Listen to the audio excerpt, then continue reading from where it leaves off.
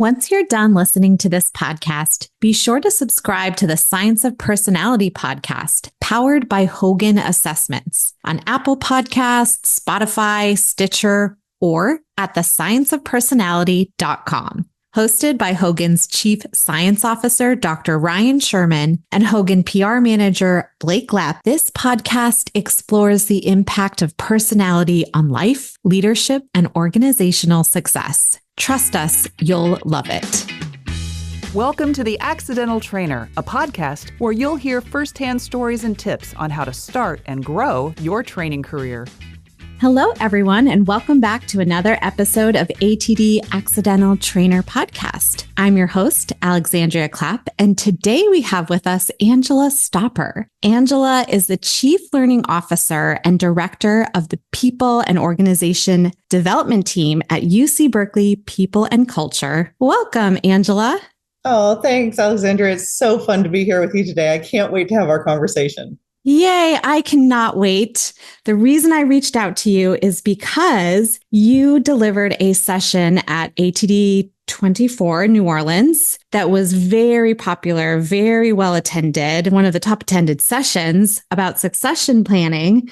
And it made me realize that this must be a very important topic that we absolutely must cover on the podcast for those who didn't make it to your session and maybe they're working on succession planning themselves. So we're going to talk about that shortly. But first, let's talk a little bit about you and your origin story. Can you tell us how you landed in your current role?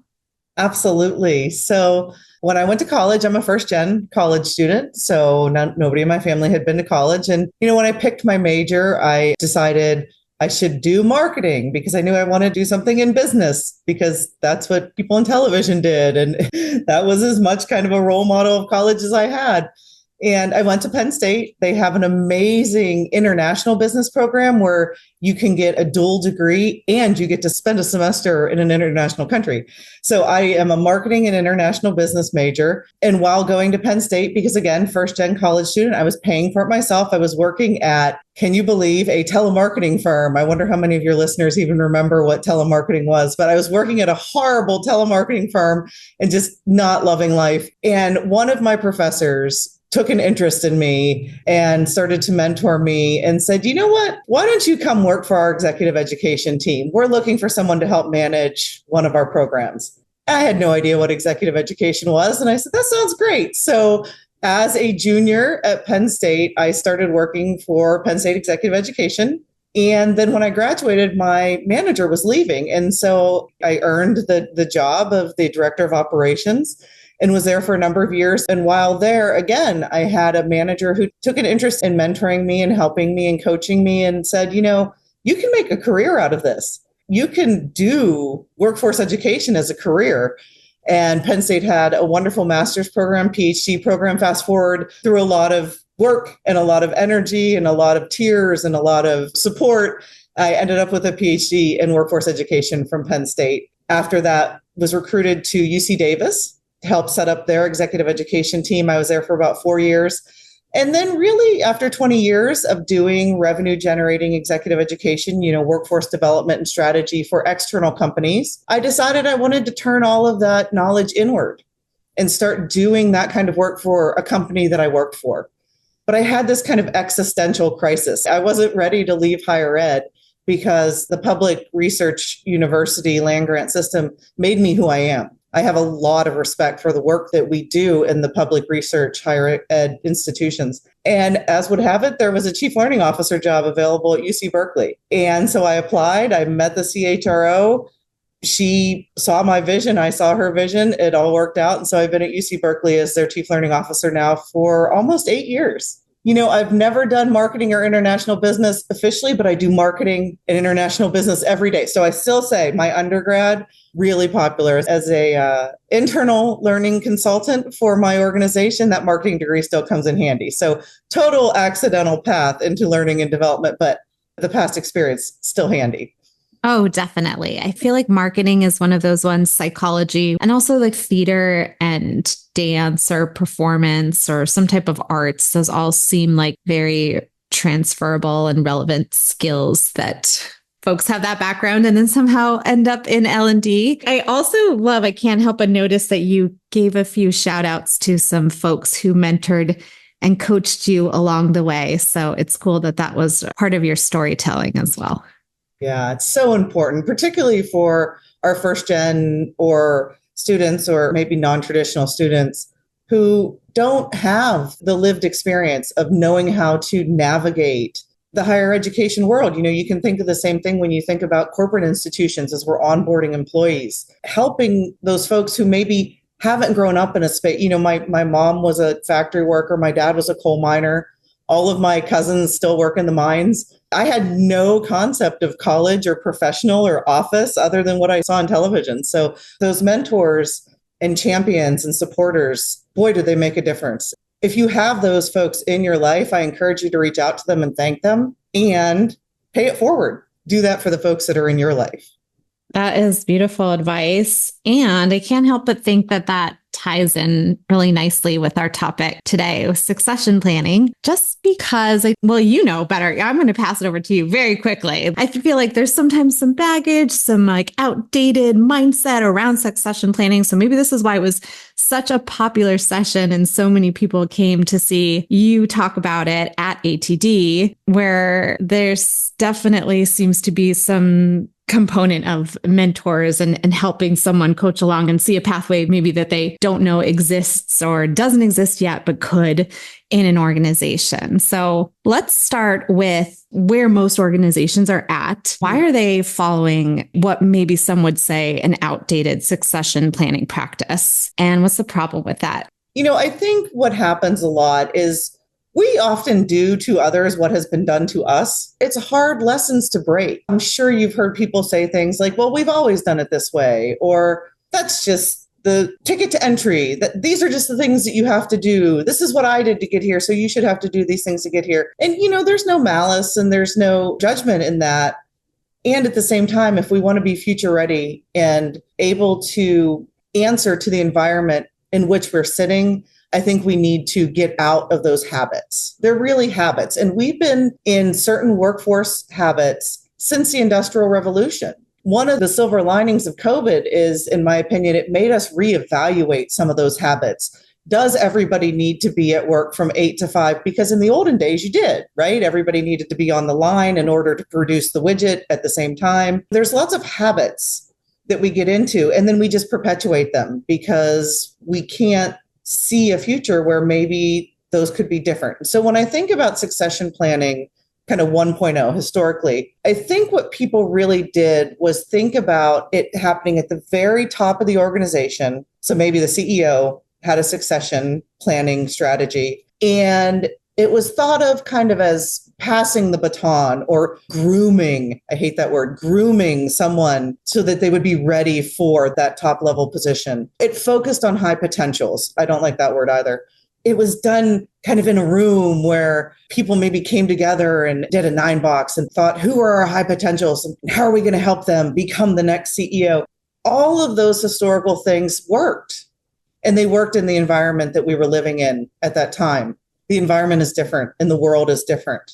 And the things we make are different. And, we're much more of a thought economy and a service economy and a people-focused economy now. And so all of a sudden, succession planning really goes from that picking, grooming, making sure that the top of the company is going to be stable, which was the historic way of thinking about succession planning, to a workforce strategy that ensures the entire organization, top to bottom, is in a place where it will be stable. CEOs turn over very quickly these days. Our workforces turn over a lot less quickly. Maybe that super stable CEO position of past, it just doesn't happen anymore. Doesn't mean that the CEO shouldn't have a succession planning strategy. Of course they should. But if you start thinking about succession planning in the way I like to think about it, as a workforce development strategy, where everybody in the organization has an individualized development plan that aligns with the goals of the organization so that people can see where they are, they can see where they're going, and they can see how to get there. And that path aligns with the goals of the organization, allowing the organization to think about who we are, where we want to go, and how we're going to get there. I think that's the perfect mixture of when succession planning 2.0, succession planning, that kind of way I talk about it, starts to be beautiful and make a true impact in organizations as they move forward. My next question for you was going to be, can you help us define, like, what's your definition of succession planning? And I think you're already starting to do that, but I just want to make this question explicit. Now we can give folks a little repetition opportunity, because I'm hearing like individual development plan instead of thinking of it as just, grooming your next C-suite bench or whatever. So can you help us with that? What's our new definition? So the definition that we use as we talk about succession planning, and this is something my manager kind of quoted once just from things he was pulling together, and then I added to a little bit, but succinctly in a sentence, I would say, and we would say, succession planning is having the right people with the right skills in the right place at the right time to enable your organization to be and to remain successful. It's having that skill set. It's having the talent. It's having the people in the right place so that you're successful now, but then also you can remain successful and future ready. I like that, because as you were talking about, you don't like the term high potentials. Something popped into my head of not everyone wants to, quote unquote, climb this ladder and keep growing in their career to the next level. Someone used this metaphor before that I love, comparing rock stars with shooting stars. And maybe you're familiar with this, where there are going to be some folks who are really awesome at what they do, and they are consistent and reliable, and they're just going to get more and more efficient at doing that thing, and they want to continue doing that thing in their career, versus someone who does want to chase after like the next project and the next promotion and the next thing, and they're going to be bored of that thing that they were just working on like 2 months from now. So you better have a brand new project for them, or whatever it is. And it seems like your definition of succession planning accommodates for that. Is that right? Absolutely. When I say I don't like the term high potentials, the reason I don't like it is because everybody has potential. I like to look at it in that glass half full optimistic way. Every employee has potential. Every employee wants to show up and do a good job and feel like they contribute. And if you're feeling that potential in the space that you're at and being steady in that space, that's still potential. And if you're feeling that potential and looking at what's next, that's still potential. And so this high potential phrase, it's so problematic for me, just like grooming is problematic, or passing the baton to someone who's just like you. I mean, that perpetuates so many problems as we think about groupthink and homogeneity and non-diverse. Anyway, but the reason why those things are problematic is, so let's say your organization has a high potential program. What if you're not the one? What if you're not the one who's being groomed? What if you don't want to be the one, to your point? What if the world changes and what got us here isn't going to get us where we need to get to in the future? What if your boss doesn't understand you? What if your boss doesn't understand the business? What if your boss can't tell the future? Maybe your boss doesn't have a crystal ball to be able to tell the future, to know exactly what they need in order to move the organization forward. And I say that a little bit tongue in cheek. Of course, no one can see the future, but this notion that we can pick one high potential person and groom them to be the perfect leader for this organization at a certain time kind of makes it feel like we need that. When these questions come up and these problematic statements come up, if you look at succession planning in more of that holistic workforce development way, you don't end up derailing the entire process because the world has changed, or your understanding of the world has changed, or the needs of the business have changed, or the future changes. Let's dig into, how do we make this happen? How do we support L&D pros who want to implement you call it succession planning 2.0, right? If they're ready to do that in their organization? I know this is like a completely loaded question that we could spend months on. So maybe a good place to start is, I know you have this 4-stage process. Maybe you can tell us about that. Yeah, let me just say, I think effective succession planning should answer questions such as, what does the organization need to be successful today and in the future? What do the employees want? Do future needs align with your current employee strengths? How soon will the organization need that future talent? Are the employees ready and excited about those positions? What actions can you take to increase that future readiness? So those are the kind of questions we're asking. And the model that you're talking about that can help you answer those questions And the first stage is really about assessing future needs. So as you think about assessing future needs, you need to consult your strategic plan. You need to assess your talent development culture. You need to make sure that everybody agrees what talent development is and build that culture around that. You need to ID your future needs. So that's kind of stage one, high level. Stage two, then, once you've assessed the future needs, you start developing that top level plan, design that leadership succession plan, and then engage in workforce and stakeholder discussions so that they're clear on what that kind of leadership succession plan is. And then you move to start developing that next level plan. And that's where you really start facilitating developmental planning conversations throughout the organization.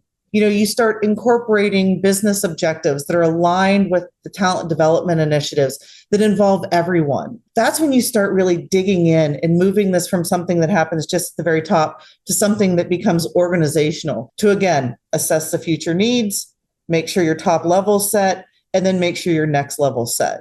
And then in the end, just like any other learning and development initiative, you need to measure it, you need to revisit it, you need to refine it. So in that stage 4, you need to track and analyze your measures. You need to assess your progress. You need to refine the plan because, again, the world's going to change around us. But I think that 4 stage of assessing future needs, developing the top level plan, developing your next level plan, and then measuring, revisiting, and refining, I think that framework can really help you take on something like this if you and your organization are ready for that workforce development strategic succession planning versus just the C-suite board kind of level. Who is the next person that's sitting in this seat going to be kind of succession planning? Okay, so you mentioned to me that a lot of people have reached out to you to talk about their succession planning process. I'm curious if you have a thought in terms of like where the biggest challenges or where the most troubleshooting happens, or maybe it's where it just takes the most time. It's like the hardest part of the stage. I feel like this is a totally it depends kind of question, but who knows? So I want to pass it back to you. What do you think? Yeah, I think there's a number of places to stumble.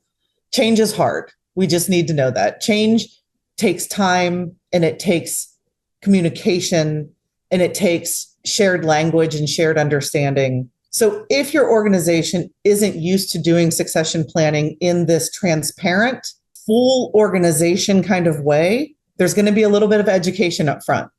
Why do we need to do this?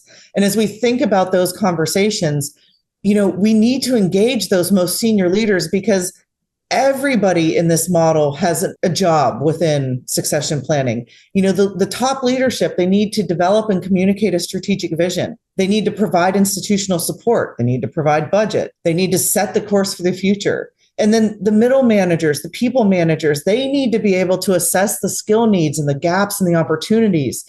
They need to identify critical roles. They need to facilitate spaces for growth and development of every employee. And then as you think about your employees, they need to engage in the succession planning process. They need to take responsibility for their career growth. They need to provide actionable feedback to their managers and leadership about how it's going and what they're seeing that might impact the plan as it moves forward. So because this is an organization-wide culture change in a lot of spaces, it can take time. And I think just like any other change initiative, you need to be ready to say, here's how we see this. Here's what we see the organization culture as now. Here's what we see the talent development culture that we want to have. Those conversations are a good place to start, and they can take a lot of time. A lot of managers might agree. Some managers might not agree. And so because this is such an organization-wide culture strategy change we're talking about, we need to get everybody on the same page. It's not as easy as saying, okay, everybody, we're going to be back to work for 3 days a week in the office, even though for COVID we were all remote, which I know is not easy. That's hard, but this is an even bigger culture change. And so anytime we start doing those kind of culture changes, even as a learning and development professional, if it is clear as the clear blue sky to us why we're doing this, it's still going to take time to make sure that we're giving individuals enough time to come to understanding about why we're changing, come to understanding about what it is that we're doing, and really get on board so that they can help champion and bring something like this forward.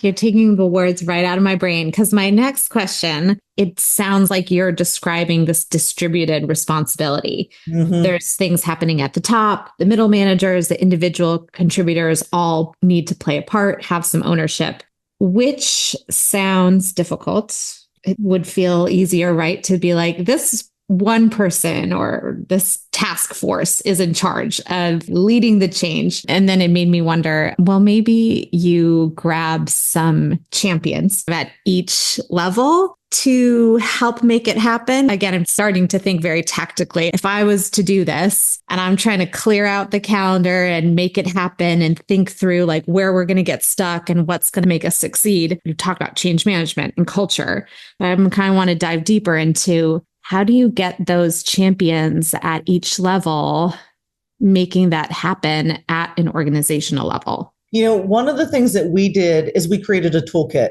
And so part of that toolkit has some worksheets, some discussion prompts. Some people call them echo kits, where we help people think about what it is that you need to assess, the questions you need to ask, the places where you need to make sure everybody is on the same page. And so that toolkit is actually available to the public on our Berkeley website. So if anybody's interested in it, they can reach out to me at astopper@berkeley.edu. Happy to share it with you. And it can be your starting point. Because it's a publicly available toolkit, you can change anything in it that you like. If what we've put together doesn't seem general enough, it doesn't seem like it's industry specific enough for you, you can change it. But what we've really created here is the first conversation you probably want to have is in that phase one, that after you consult your strategic plan, is to really assess your talent development culture. So how do you do that? You assess your talent development culture by getting some of your key leaders together and asking questions, such as, managers are responsible for enabling employee growth and development. Is that true in our organization or not? Do we believe it should be true in our organization or not? It seems that to do this is one of the things we need to believe, but does that make sense for us? Employees are responsible for taking ownership of their career development and growth. Is that true in our organization? Do we want that to be true in our organization? We take active steps to increase the diversity and leadership throughout the organization. Is that true? So this talent development culture questionnaire really helps you get clear on what is an ideal culture, maybe what is our culture and where do we want to be? So those conversations can happen at the very top. So then you can start building the messaging that you funnel through the rest of the organization. As you start thinking about your needs assessment, your talent development needs, what talent are you going to need in the future?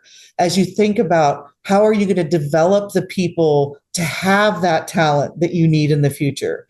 As you think about your leadership needs and how the leadership are going to be developed to meet those needs of the future. So in the toolkit we've created, there's all kinds of worksheets again and discussion prompts that help you think about these things, because you need to build that vision at the top, get everybody using a shared language, get everybody clear on what the understanding is, and then start working it through the organization so that people, when you say succession planning, realize you mean developmental planning for everybody in the organization to ensure you have the talent you need to continue to move forward or to stay successful where you are. And we as an organization have what we need to continue to be successful today and stay successful in the future. Yeah, you might not even use the terminology succession planning if you're trying to make a case for doing some of this, right? And you want to get folks on board and you're using all your tactics to influence and persuade folks. That sort of is where my head went next is I'm always thinking about time. If this is an initiative that you want to start working on in your organization and knowing that everyone just feels strapped for time already, I'm sure you could make the case of how over the long term it's going to help make things more efficient or build back time somehow. But what's realistic? Like, what kind of advice do you have for breaking this up and how long some of these conversations can take? Because some of those questions you're asking, people could be very divided on, or that could take a while to kind of define, like, I don't know if we're doing this right now, and I don't know if we want to. Let me think on that and let's get back to it and get stuck right at the beginning in stage one. Yes, absolutely. So I think it's really important to have a strong facilitator, someone who has accountability, someone who owns this. And thinking is on a timeline, this isn't a 2-week process. But you can get through it in a couple months. You really can. If you have kind of that dedicated time for the senior leadership to say, let's have an hour-long discussion. Most of these meetings become those working meetings like you're talking about. So let's have an hour-long discussion. I'm going to give you 10 questions. We're going to come together and discuss if we believe this or not. Then maybe as a facilitator, I'll take it back. I'll wordsmith some of the things that we talked about. I'll push it back out to you. Maybe we use some OD techniques like gradients of agreement or, the fist to five method, whatever it is. But our facilitators have really great techniques to kind of get everybody to a place where everybody can say, okay, that might not be my ideal, but don't let the ideal and the perfect be the enemy of good enough to keep us moving forward in a powerful way. I think if you're thoughtful about this, you can absolutely get through some of these stages to at least start thinking about who are we? Who do we want to be? Who do we have with these talents now? Where are our gaps? And how are we going to start filling those gaps? Those are some of the big stages. You can get through that in a couple months. The exciting part or the challenging part is it's not a one and done because the world changes and your talent changes. And so you do need to pay attention to this every year, every couple of years, making sure that you're continuing to encourage people to develop. The good news is if you build a culture like this, though, your employees are going to start looking for development opportunities. Your managers are going to start looking for opportunities. You're going to start building this into the normal workflow. So it's not something you just do on top, like, oh, now we need to do our succession planning. Every couple months, maybe every quarter, half a year, every year, a manager might sit down and think, how's my team doing? How are we meeting the needs of the organization? Where are my gaps? Gosh, do I need to develop someone so that we can continue to move forward? How am I doing? Where are my personal gaps? People can start taking ownership of this. And so it's not just a committee that's making it happen, but it's everybody kind of owning it as part of the work so that even though it is continuous, it doesn't feel like it's that throwing something else on the plate. I'm thinking now about sort of the measuring aspect, or when you're starting at the beginning, but you're trying to think of what will the end product be? And maybe part of this toolkit and some of these questions like help in the early stages to help define what some of that is for later when you go back and measure it. Is that right? Yeah. So as you're thinking about building these kind of facilitated development planning conversations into your workflow, thinking about your milestones. So if your milestone is that leadership sets the expectation, managers prepare their people for the conversations, and then employees complete a professional development plan. You can set very clear steps around each of these stages so that you're paying attention to those and those measures become quite clear. In your step 2, which we talked a little bit about being that developing that top level plan, maybe in that one you say, okay, leadership, we need you to set and hold accountabilities. And managers, we need you to meet with your employees to talk about this. And employees, we need to incorporate your professional development into the conversations you're having with your managers. And you can measure that. You can see if that's happening. So it's getting real clear on what are the steps we need in each of these stages. How are we going to measure that? Again, as part of kind of just the normal way we do business. And then how are we paying attention to it that it's continuing to move us forward in the way we want to move forward?